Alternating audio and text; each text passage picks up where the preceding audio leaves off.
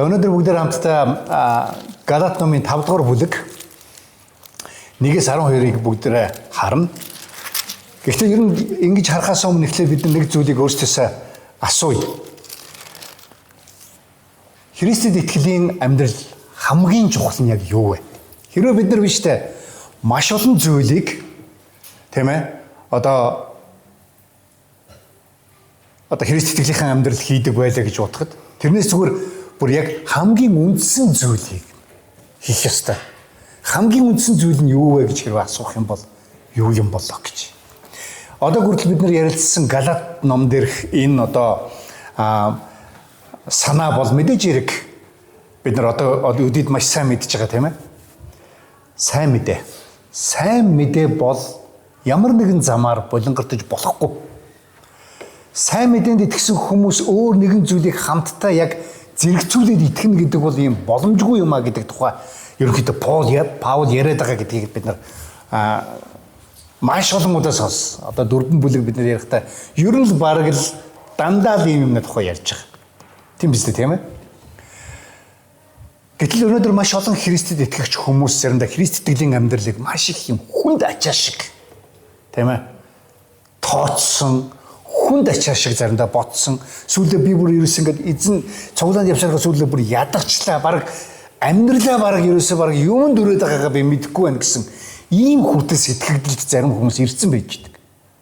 Гэтэл чи бид нар юуг мэдэх вэ гэхээр Христ итгэл гэдэг бол хүмүүсийг жинхэнэ эрхчлөөнд, жинхэнэ баяр хөөртэй амьдралд, жинхэнэ аз жаргал нөгөө хүмүүсийн ирж хайгаад байгаа тэр сайн сайхан руу хөдөлдөг гэдгийг бид өөрсдөө сайн мэдж байгаа.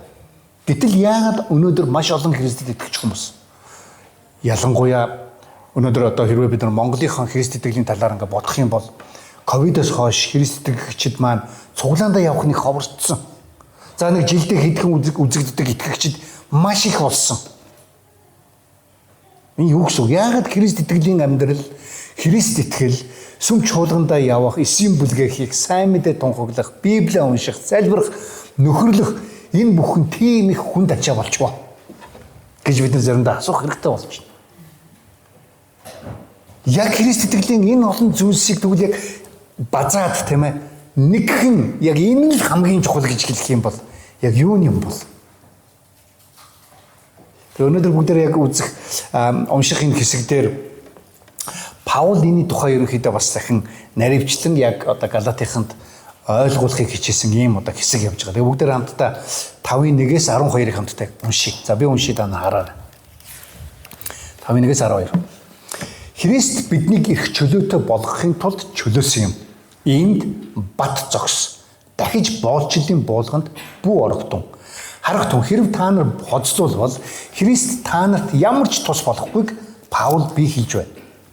Хоцлыг хүлээн авсан хүмүүрд би дахин гэрчлэе. Тэр хүн бүх хуулийг биелүүлэх өртөн мөн. Хуулиар зөвтгөгдөхийг оролдож буй та нар Христээс арилан нэгүслээс салж унжээ.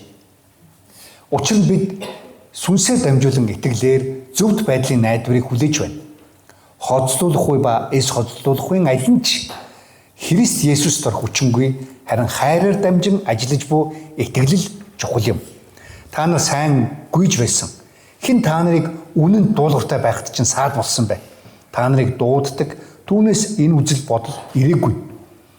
Өчүүхэн хөрөнгө зуурсан гурлыг бүхэлд нь эсгдэг. Та нарыг өөрөөр бодохгүй гэдэгт эзэн дотор би та нарт итгэж байна. Харин та нарыг үймүүлэгч хэн боловч шийтгэлээ хүртэх болно. Хэрв ах トゥ нараа хэрв би хоцлолыг тунхагсаар байвал юунд би мөшгөгдөн хавчигцаар байх вүлээ? Тэгвэл загалмайн бүдрүүлэх саад нь арилсан хэрэг. Хэрэг болдгсон бол та нарыг өмөлөгчд өөрсдийгөө агтлаасай. Амен. За энэ хэсэг 5 дугаар бүлэг эхэлж байна. За эхний 4 бүлгийг хэрвээ бид санаж байгаа бол эхний 2 бүлэг илүү хувийн чанартай байсан. Паулыг одоо юдэжүүлэгчд Галатад хурж ирээд энэ илч биш байхаа ч гэдэг юм уу түүний ярьсан сайн мэдээ муу буруу эсвэл яг бүрэн төгс биш яг бидний ярьж байгаа зөв гэсэн иймэрхүү байдлаар ерөнхийдөө Паулыг нэлээд одоо буруутгасан ийм одоо зүйлийг эсрэг ярихдаа Паул 1-2 дугаар одоо бүлэг дээр ярьсан байна. 3-4 дугаар бүлэг бол ихэвчлэн тэр сайн мэдээ гэж юу вэ гэсэн илүү теологийн тийм ээ илүү онол сургаалын чиглэлтэй ийм одоо хэсэг байна. Харин 5 дугаар бүлгээс эхлээд Паул энэ ч илүү практик Христ итгэл гэж яг юу юм бэ? Сайн мэдээ чинь яг юу гэсэн үг юм бэ гэдэг ийм практик талын ямыг ярьж хэлж байгаа. Нэгдүгээр ишлэл дээрээс хэрвээ бид нар харах юм бол Христ биднийг эрх чөлөөтэй болгохын тулд чөлөөлсөн гэж. Маш энгийн. Та нарыг чөлөөтэй болгохын тулд чөлөөлсөн. Өөрөөр хэлбэл би даарахгүй тулд дулаан хувц өмссөн гэж байгаатай адилхан. Би хүүхдээ өсөхгүй тулд сайн хоол өгдөг ч гэдэг юм. Энтэй яг адилхан. Чөлөөлөхийн тулд чөлөөлсөн. Тэрнээс биш буцаад боол болгохын тулд чөлөөлөхгүй. Өөрөөр хэлбэл тухайн үеийн боолын худалдааны газар хүмүүс очиод боолыг худалдаж авдаг гэсэн. Боолын зах дээр очиод.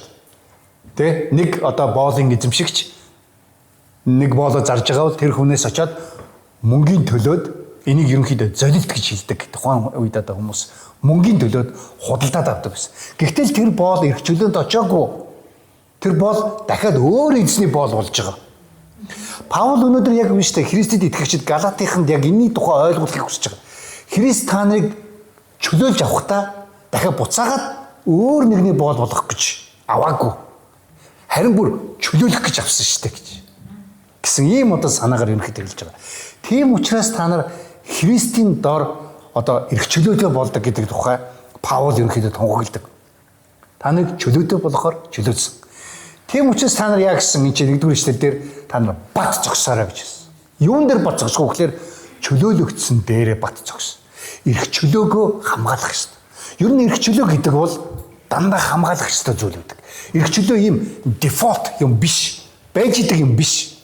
Өнөөдөр хэрвээ бид нар дэлхийд даяар ингээ харах юм бол эрх чөлөөтэй улс орны хүүхдүүд заримдаа эрх чөлөө угаасаа байсан гэж ойлгодог. Гэтэл нэг ухаантай хүн тэгж хэлсэн баг. Эрх чөлөө бол маш их хүн цэнээр аврагдсан. Тэгээд энэ эрх чөлөөг байнга хамгаалж явах хэрэгтэй. Зэр зэвсгээр, айрмаар тэр тухайн улсын тэр хүчирхэг эдийн засгаар байнга эрх чөлөөг хамгаалж явах хэрэгтэй. Үг хэлэх эрх чөлөө, үзэл бодлоо илэрхийлэх эрх чөлөө, жагсах эрх чөлөө. Энэ бүх эрх чөлөөнүүд зүгээр ингээ байж идэггүй. Болж игэл хүнийг дандаа боолчлохыг хүсдэг. Хоёр хүн байвал нэг нь нэгийгээ заавал боолчдмаар байна. Гэхдээ хэрвээ бид нар бие биенээсээ эрх чөлөөтэй болсон бол тэр эрх чөлөөгөө бид нар баталгаатай байлгахын тулд эрх чөлөөгөө байнга хадгалж явах хэрэгтэй.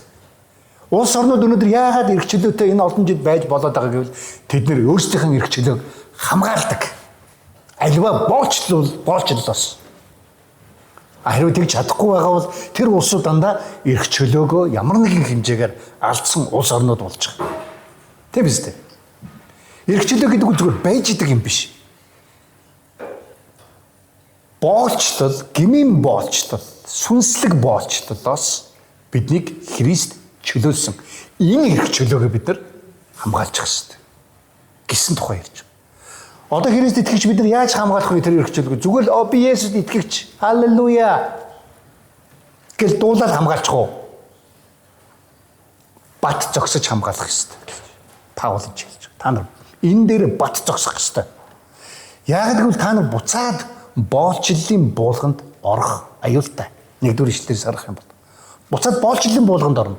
Буулга гэж энэ үгийг Паул тухайн үеийн бас л газар тариалангийн хэллэгээр хэлж байгаа юм л да. Тийм ээ. Ерөнхийдөө дандаа хоёр юм хос шарыг тийм ээ дандаа буулга тавьж хөлөвдөг тийм ээ. Бид нар тэрийг бол аюул сайн мэдж байгаа монголчууд бол тэгж ашигладаг байсан. Тэгвэл ерөнхийдөө тухайн үеийн хууль Израильчуудын хувьд маш хүнд буулга байсан гэж. Энэ буулганд дор тэд нар үнэхээр яаж амьдрахад хэцүү ийм байдал тэд нар орсон байсан. Тухайн үеийн фарисеучуд, хуулийн багш нар хуучин гэрээний 613 хуулиас гадна дахиад өөр янз бүрийн жижиг сажиг хуулиудыг нэмсэн. Тэгээ чи ингэж болно, ингэж болохгүй би та нарт өмнө нь ярьж ирсэн тийм ээ. Баруун гараасаа зүүн гар руу шабат өдөр хэрвээ юмаа дамжуулах юм бол ажил хийсэн болж байгаа. Тийм учраас чи буруу чи өргөл дахил өргөх ёстой, тэгж чи өөргөө цагаатгах ёстой ч гэдэг юм уу. Ийм байдлаар тэднийг бүр аимшигцээд ийм буулган дотор оруулсан байсан. Нэг талаар хуулийн буулган дотор. Энэ хуулийн буулгыг Есүс хурж ирээд үгүй болгосон. Есүс юу гэж хэлсэн? Та нар миний буулгыг ав. Миний буулга илүү хөнгөн. Би дүлгөн. Та нар надаас суралц. Тэгэх юм бол та нар миний дотор амралтыг авах болно гэж. Хуулийн буулга биш, харин Есүсийн буулгыг авах хэрэгтэй.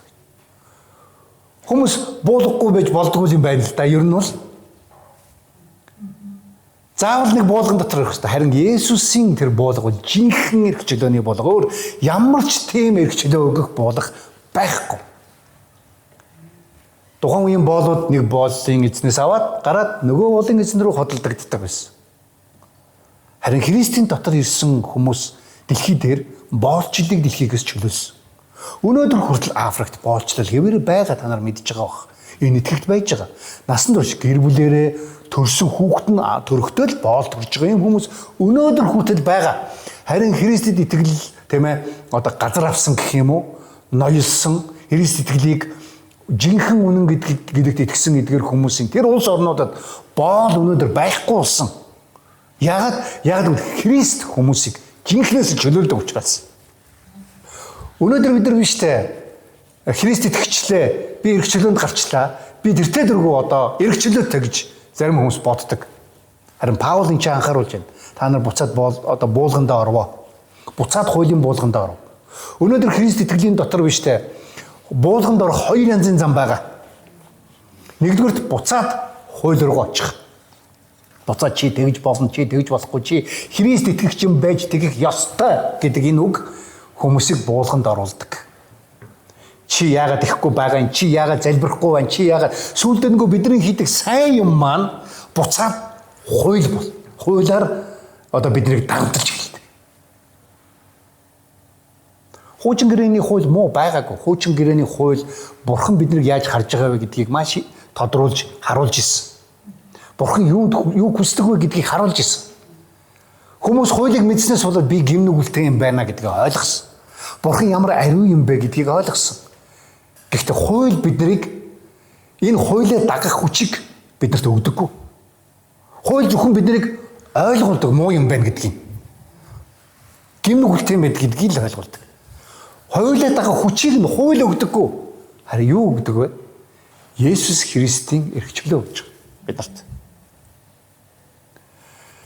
Тэгэхээр Христэд итгэж хүмүүс тэр эрх чөлөөгөө буцаагаад хууль болгоод чи тэгэх ёстой, чи тэгэх ёстой, чи ингэх ёстой, чи тийм байх ёстой, чи яагаад тэгдэггүй юм, чи ингэсэн байх ёстой, чи Есүс итгэдэг учраас чи өнөөдөр гараад Улаанбаатарыг 3 пар залбирах ёстой. Тэгээгүй чи жинхэнэ итгэгч биш. Чи Христ итгэгч мөн юм бол чи ер бусын хэлээр ярих ёстой, чи чанга ашиглаж дуулах ёстой, чи амар чанга залбирах ёстой гэдэг ч юм уу. Чи яг Христ итгэгч юм бол чи 7 хоногт баян эсвэл өдөр болгон ажил дээр хэн нэгэн хүнийг зулгаа чангаагаа Есүсийн тухай заавал ярьсан байх та чи яриаггүй жинхэнэ итгэгч биш гэдэг ч юм уу. Энэ ингээ хүмүүсийг буцаагаад хууль энийг легализм гэж хэлдэг. Буюу одоо хуульчлагдсан, дүрмжлэгдсэн энэ амьдрал хүмүүсийг буцаадаг. Тэгээ сүүлдээ хүмүүс нөгөө Бурхны хайрын тухай бодох биш. Би өнөөдөр яг юу хийх ёстой вэ гэдгээ бодоод тэгээ буцаад боолчлын амьдралд ордог. Тийм учраас өнөөдөр магадгүй маш олон Христ итгэгч хүмүүс өөрийнх нь Христийн амьдрал, өөрийнхөө Христийн амьдралыг маш их дарамт юм шиг харж байгаа. Тэр тийм дарамттай байгаа бол өнөөдөр Паул энэ юу гэж хэлж байна? Эзэн юу гэж хэлж байна? Та нар эрх чөлөөний дотор бат зогсох хэрэгтэй. Эрх чөлөөгөө хамгаалах ёстой гэж хэлж байна. Хоёрдугаар заримдаа зарим хүмүүс би нэгэнд чөлөөлөгдсөн учраас би дуртай юм хийж болно. Би баг гим нүгэл хийсэн ч гэсэн Бурхан намайг уучлах юм чинь. Би зүгээр би Есүст итгэдэг гэж зүгээр ярихад л бараг л тийм ээ ингээ болоо. Тэр хүмүүс заримдаа Бурханыг хуурч чадна гэж заримдаа боддог. Бид нар хүмүүсийг хуурч магадгүй гэхдээ Бурханыг хизээж хуурч чадахгүй бид нар. Бурхан биднээр би чин сэтгэлээсээ Бурхандаа хайртай шүү гэж хэлсэн учраас тийм ээ Бурхан биднээр хуурагдахгүй. Бидний зүрхийг биднийг амаар гарахаас өмнө мэдж байгаа бүтээр Бурхан. Тэрийг заримдаа бид нар лиценз авсан хүмүүс гэж ярьдаг. Дураараа хаашлах лиценз авсан хүмүүс. Би тэртээ дөрөв аврагдсан, би тэртээ дөрөв Бурханы хүн болсон, би юу ч хамаагүй хийсэн, эзэн намайг тэртээ дөрөв уучлан би хамаагүй. Үгүй. Паул яг энэний дараагийн хэсэг дээр 6 дугаар бүлгийн эхлэл дээр энэний тухай ярина. 5 дугаар бүлгийн төгсгөл хэсэг дээр. Харин энэ ч бол хуульд одоо тийм ээ автсан эдгээр хүмүүсийн тухай нөгөө юдэжүүлэгчдийн болоод тийм ээ хуулийн дагуу амьдрч гэж бодсон хүмүүс зориулаад Паул энийг хэлж байгаа ерөнхийдөө. Тэг учраас та нар дахиад боолчлынхаа буулганд битгий ороорой гэж. Ерөнхийдөө бид нар легалист буюу нөгөө хуульчлагдсан байдалд орчиж болохгүй нөгөө licentious буюу лицензийн дор өөрөөр хэлбэл дор зоргоор ажиллах ийм нөхцөлд ч гэсэн та нар байж болохгүй. Яг яахан байх ёстой вэ гэвэл яг Христийн дотор эрхчлөөнд байх ёстой. Христийн дотор гэдэг чинь тодорхой бас лимитийг хэлж байна. Гим нүгэл дураараа хийгээд яв гэсэн санааг эн чинь ерөөс илэрхийлээгүй байна. Тийм баггүй. Ийм байж байгаа. За тэгээд Паул энэ юу ч хэлсэглээ. Хэрвээ та нар яг энийг ингэж тийм ээ амьдрахгүй бол та нарт ийм хид хідэн ийм одоо үр дагавар та нарт гарч байна. Амьдралд чинь. Хоёрдугаар ишлэлээс хэрвээ харах юм бол хэрв та нар хоцлуулаад Христ та нарт хоцлуулбал Христ та нарт ямар ч тус болохгүйг Паул би хэлж байна. Өөрөөр Христийн нөгөө эрхчлээ та нарт тус болохгүй. Нөгөө нэг 613 хуулиа биелүүлмээр байгаа мó? Тийм ээ хоцлуулаад тэг ер нь болно. Гэхдээ тэр бүх хуулийг та нар биелүүлэх л хэрэгтэй болно. Христийн дотор тэр өгсөн бүх хуулийг биелүүлэгдсэн байгаа тэр бэлгийг аваад тэр дотороо зогсохгүй юм бол хуулиа биелүүлж болно. Хэрвээ тэр нөхцөлд бол та нарт Христ тус болохгүй шүү гэж хэлж байгаа. Өөрөөр хэлбэл Христтэй бай, эсвэл хуультай бай. Энэ хоёрын хооронд ингэж хольж чадахгүй та нар гэж.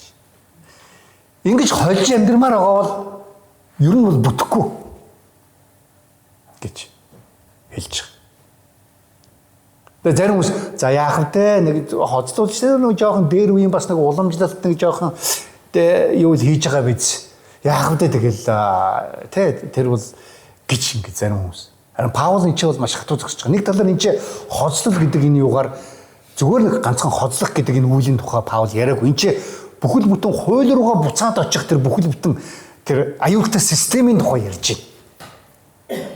Тэр хоцлол гэдгээр тэр хуулийн дор байх гэсэн системийг бүр тэр чигээр нь тийм ээ хэлж байгаа. Тэгэхээр тийм учраас та нарт Христ тус болохгүй шүү гэж.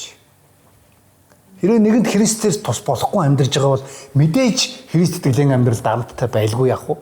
Яг хуучин гэрээний тийм ээ үеийн Есүсийн ирэх тэр үед байсан юдэчүүдтэй адилхан бөөн дарамт. Тэгээ би өнөөдөр ингэж болох уу, тэгж болох уу, тэгж болохгүй юу, яах вүлээ гэж айж твцсэн тийм ээ. Тэгээ иймэрхүү хүмүүс болно л гэсэн үг. 3 дугаарт нүшээ ямар аюул гарч ийн вэ гэхээр 3 дугаар ишлэлээр харах юм бол хоцлолыг хүлээн авсан хүмүүрд би дахин гэрчлэе. Тэр хүн бүх хуулийг биелүүлэх өрдөн болно гэж. Бүгдийг биелүүлэх ёстой гэсэн. Зүгээр нэг хуулийн 1-ийн ч юм уу, 2-ын ч юм уу, 3-ын эсвэл 612-ыг нь биелүүлээд болчихно гэсэн юм байхгүй. 13-ын өдөр болгон цаг тутамд амьдралынхаа бүх мөчид биелүүлж явах ёстой гэсэн. Энэ хэр боломжтой вэ? Ийм боломжгүй юм руу хүмүүс дагуулж байгаа. Тийм учраас Паул тэднэрт энийг нь ойлгуулахыг хүчиж байгаа. Би жишээлбэл өнөөдөр ингээд улаан гэрлэр гараа авчлаа тийм ээ. Тэгээд надад торгуул ирлээ. Тэнгүүд би уг нь бол би амар сайн хүн юм байгаа юм. Тэ? Би одоо хулгай хийгээгүй, хүн алаагүй. Би ер нь байнга л ерөөсөө дүрмээр байнга одоо энэ ганцгуудаа л тийм ээ нэг улаан гэрлэр гарсныг та нар юу сүртэй гэж хэлдэггүй үстэй бид нар. Зөрчсөн бол зөрчсөн. Тэр мянган өөр дүрмийг дагсан байгаа хамаагүй. Нэгийг зөрчсөн, тэгээд зөрчсөн. Тэгээд торгуул. Паул яг ингэж л ярьж байна. Хэрвээ та нар хоцлуулж байгаа бол бусдын бүгдийг дагараа. Тэ? Та нар тэр бүгдийг дагах өрдөн боллоо шүү. гэж. Нэг талаар та нар Христэд итгэлийнхэн амьдрал руу ирчээд буцаад нэг хуучин шашин руугаа, хуучин үзэл бодол руугаа та нар очих гэж байгаа бол Христ та нарт тус болохгүй. Та нар харин тэр хуулиудыг бүгдийг дагах ёстой ийм одоо өрдөнгүүд болж байгаа шүү гэж хэлж байна. Тэгээ 4-р ишлэлдэр хуулиар зөвтгөгдөхийг оролдож буй та нар Христээс арилан нэгүслээс салан унжээ гэж. Энэ бол айгүй хүчтэй үг. Нэгүслээс салан унана гэсэн чинь яг юу гэсэн үг вэ? Өөрөөр хэлбэл Христийн доторх тэр авралыг та нар авах боломжгүй гэсэн үг. Зөвхөн нэгүслэр аврагдаж байгаа. Нэгүсэл л чухал гэдгийг Паул хэлж байгаа. Энэ нэгүслээс та нар одоо салан унана гэдэг бол ямар ч авралгүй гэсэн утгатай юм үг гэлж байгаа.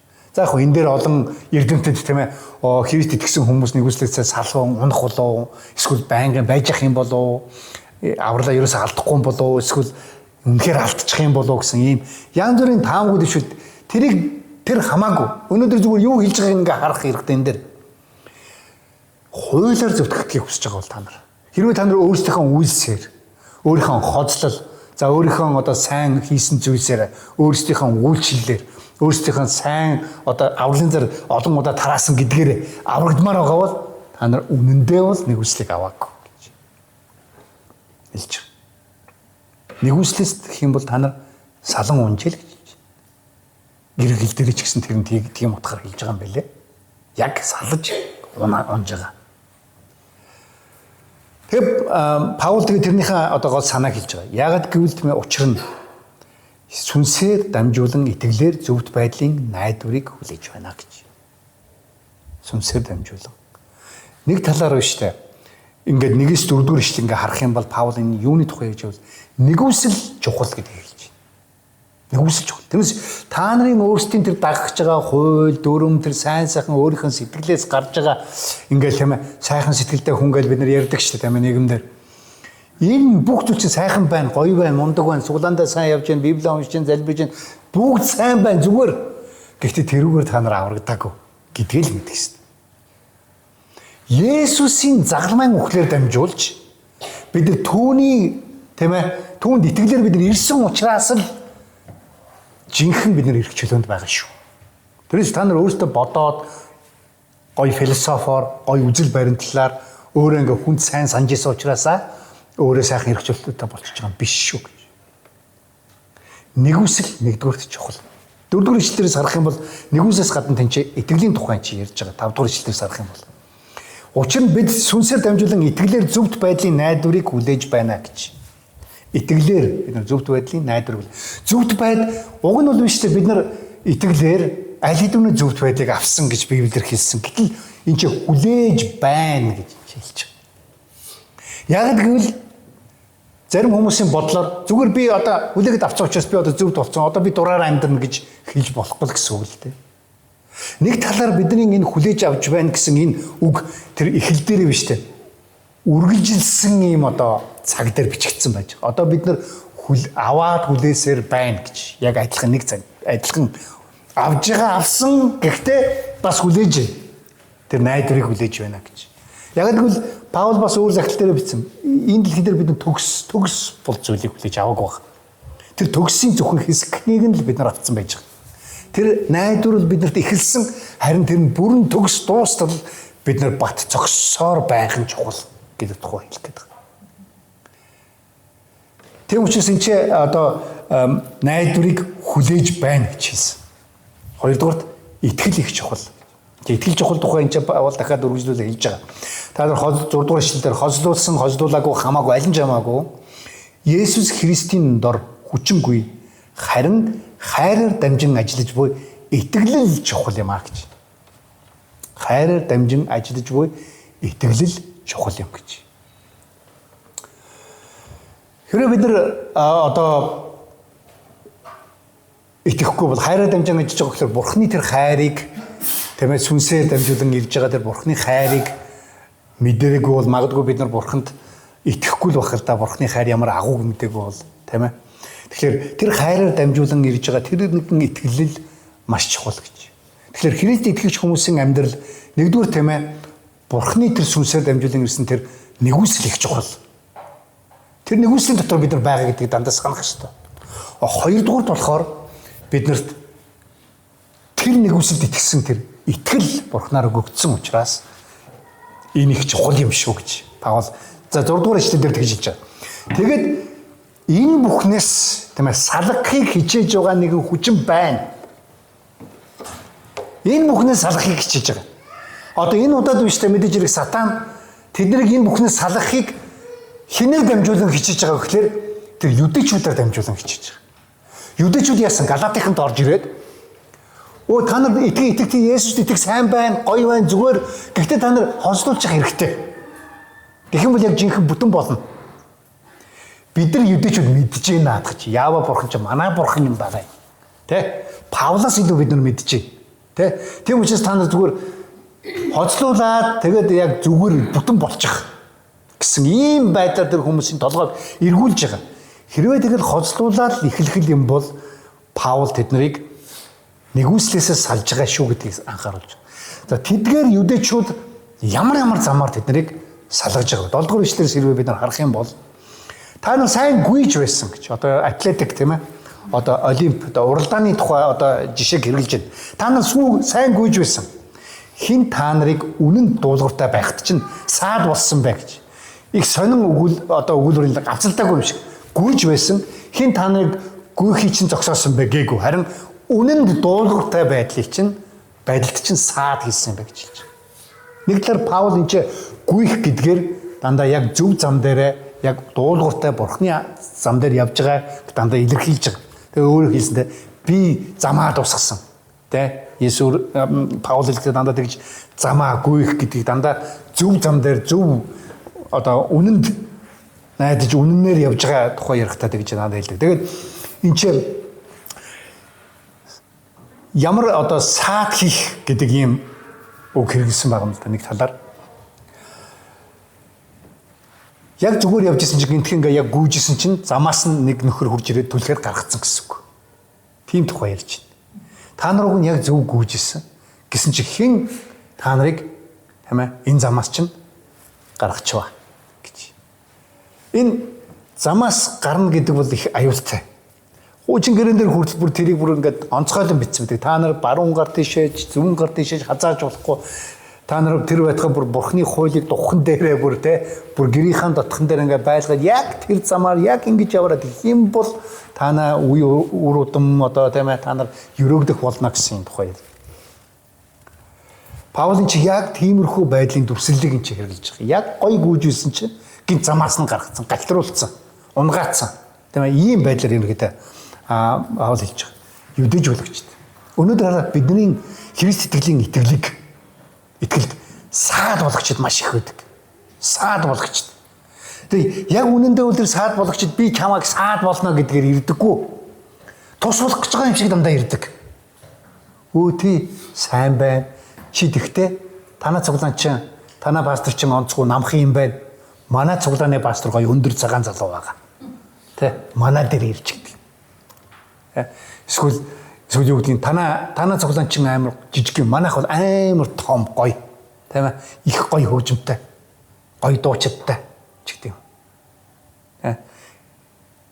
Тэгээ заримдаа бидний яг Христ итгэлийн энэ гоё явж исэн энэ голдөрлөөс заримдаа айгүй болон замаараа гэж хуульч энэ тухайд бол дандаа хуулийн одоо талаас нь хэлж яана л да дандаа дүрмжлэх хуульчлах байдлын асуудал.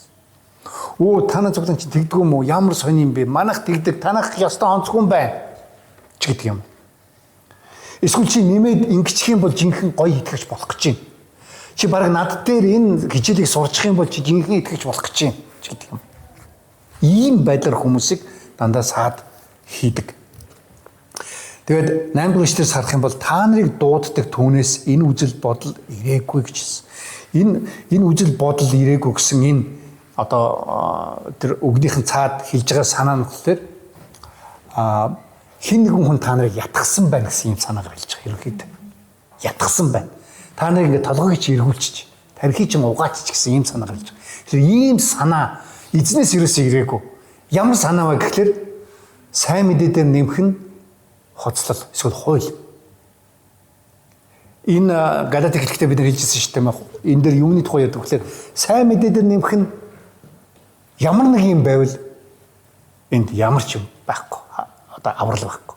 Сайн мэдээ дээр нэмэх нь юу ч биш тэнцүү аврал гэсэн ийм санаа ер нь Галат илэрхийлж байгаа. Тэгэхээр энэ одоо та нарыг одоо дууддаг түүнээс энэ үзэлүүдээр өөрөөр хэлбэл Христ эзэн биднийг дуудсан.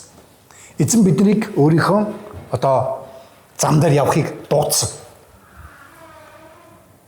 Хэрвээ бид нар Христэд итгэж хүмүүс өөрсдөө эзэн намайг дуудаад байна гэж бодож байгаа бол бид нэг зүйлийг өөрөөсөө асуух. Энэ бурхнаас уу, хүнээс үү гэж. Яг л бид нар заримдаа зүгээр хүний ятгалгаар, хүний синхруулгаар заримдаа бодчихдаг. Нэрэж тийм юм уу гэж. Бурхнаас бид нар асуух хэрэгтэй. Магадгүй олон хүмүүс тийм ээ хүмүүс өөрийнхөө ажлыг хийхин тулд та нарыг бурхан чамайг дуудаж чи тийшээ яв гэж хэлж болох юм. Одоо жишээл пүүжа пастор тийм ээ ёо заавал нэг өвөр хангаад нэг цуглаа нээчих юмсан. Заавал яад юм блэ? Тамаа их чиг л явуулчих гингүүтэй тамаа их төр очиол те. Таныг бурхан дуудаж байгаа юм шиг байна. Тэ? Гэхдээ магадгүй те пасторын дамжуул тэгж хэлсэн байж байна. Гэхдээ тэр хүнийг бурхан өөрөө дуудах юм. Бид нар энэ бурхнаас уу гэж. Бурхнаас бол биднэрт амар тайван байна. Баяр хөөр байна. Тэгэд хийх чадвар нь хамт ирнэ. Боломж нь хамт ирнэ. Бурхан хэрвээ дуудвал. Хүн дуудах юм бол бүх юмар дутагдана шүү. Тэ? Хүн та нарын амьдралыг хамгаалж чадахгүй.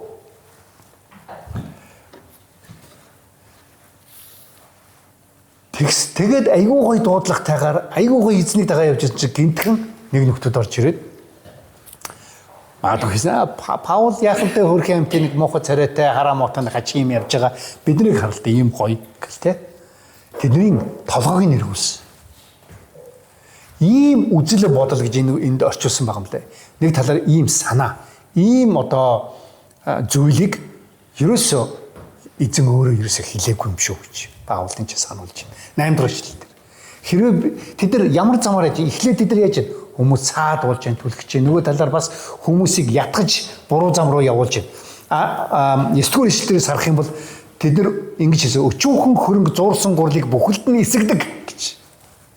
Энэ нэг одоо дахиад гурил мөрлийн одоо тийм ээ гэр ахын асуудлын талаар ярьж байна. Нэг талаар эсгэх гэдэг энэ одоо зүйл бол юм эсгэл одоо хөрөнгө гэдэг энэ зүйлийг дандаа хуучин гэрэн дээр дандаа муугаар хэрэглэсэн байдаг. Израильчууд хүртэл буцах одоо зүхта Египтээс зүхтахта эсгээгүй талах хэрэглэсэн. Эсгэхгүйгээр явсан. Яг л мэдээж яарж ирсэн тийм ээ. Тэгээ шинэ гэрэн дээрс хүрээд ирэх юм бол эсгэх энэ хөрөнгийн тухай дарахлаа дандаа муу ярийн одоо уруу дадлахын тухай хөвчлэн ярьж байгаа. Тэгэхээр энэ чинь юу гэсэн өчүүхэн хөрөг зуурсан гурлыг бүхэлд нь эсэгдэг гэж. Эсэгдэг гэдэг энэ үг нь нэг талаар corrupt гэсэн үг л дээ. Өөрөөр хэлбэл гурлыг бузралж гэсэн. Зүг зүгээр байсан гурлыг жохон хөрөнгө ороод яадаг лээ. Ингээд ингэчдэг шүү тийм ээ өөр болгочдөг. Нэг талаар энийг муутгаж яах гэсэн юм санаагаар ингээд болж байгаа. Яг нь өнөөдөр талмаалах барихад бол ирэх хэрэгтэй л дээ. Гэхдээ яг энэ дээр байгаа санаа бол дандаа негативны тийм ээ сөрөг юм санаагаар юм гэдэг хэлж байгаа. Тэгээд тэд нар бол хүмүүсийг одоо бузралдаг гэсэн юм санаагаар хэлж байгаа. Ер нь бол хүмүүсийг одоо хэртүүлдэг. Итгэлийг нь хэртүүлдэг. Итгэлийг нь ямар нэгэн замаар ингээ хатууруулдаг. Нөгөө хуулийг дагаад ирэхлээр хүмүүс яах вэ? Айгу хатуу болдог. Христ итгэлийн нөгөө баяр хөөр нь байхгүй болдог. Нөгөө баяр баясгал нь холдчихдаг. Дандаа л би яах вэ? Чи яах вэ? Чи яагаад тэгээгүй? Би яагаад тэгээгүй гэдэг тухай л яриад эхэлдэг. Ингээд эхлүүл яах вэ? Хүний амьдрал үнэндээ Христ итгэлийн баяр хөөр байхгүй тийм Христ итгэл гэж ямар юм байх вэ? Ийм байдалд үүдэг. Corrupt гэж хэлж байгаа. Тийм ээ? Завхардаг гэж. Та нарын итгэлийг чинь завхруулна. Хүмүүс яаж эхлээд хажуунаас чи ирж түлхэж саад болж болно. Магадгүй толгойг хийчин тархич угааж магадгүй. Гэтэл бас нөгөө талаар эн чи яаж та нарын итгэлийг бүр одоо завхруулах хэмжээнд нэг талаар бүр тийм ээ итгэлгүй байдалд хүргэж байна гэсэн үг. Бүр юм зарим хүмүүс бүр ингээ ядарсан байдаг шүү дээ Христ итгэлийн амьдрал. Зөө таварга одоо бурхан намайг харж байгаа ч юм уу гэж байгаа юм шиг. Яг тийм байдалтай хүмүүс заримдаа хүргэдэг. Тэгээд дараа нь цаашаа хэрвээ харах юм бол 10 дугаар эшлэл дээр та нарыг өөрөөр бодохгүй гэдэгт эзэн дотор би та нарт итгэж байна. Харин та нарыг үемүүлэгч хэн боловч шийтгэлээ хүртэнэ гэж. Тэд нарыг үүмүүлсэн гэж юм тийм ээ. Бүхэл бүтэн сүм чуулганыг үүмүүлж байна. Тийм ээ. Яг үнэн юм шиг юм ярьж өмүүлж байгаа байхгүй юу?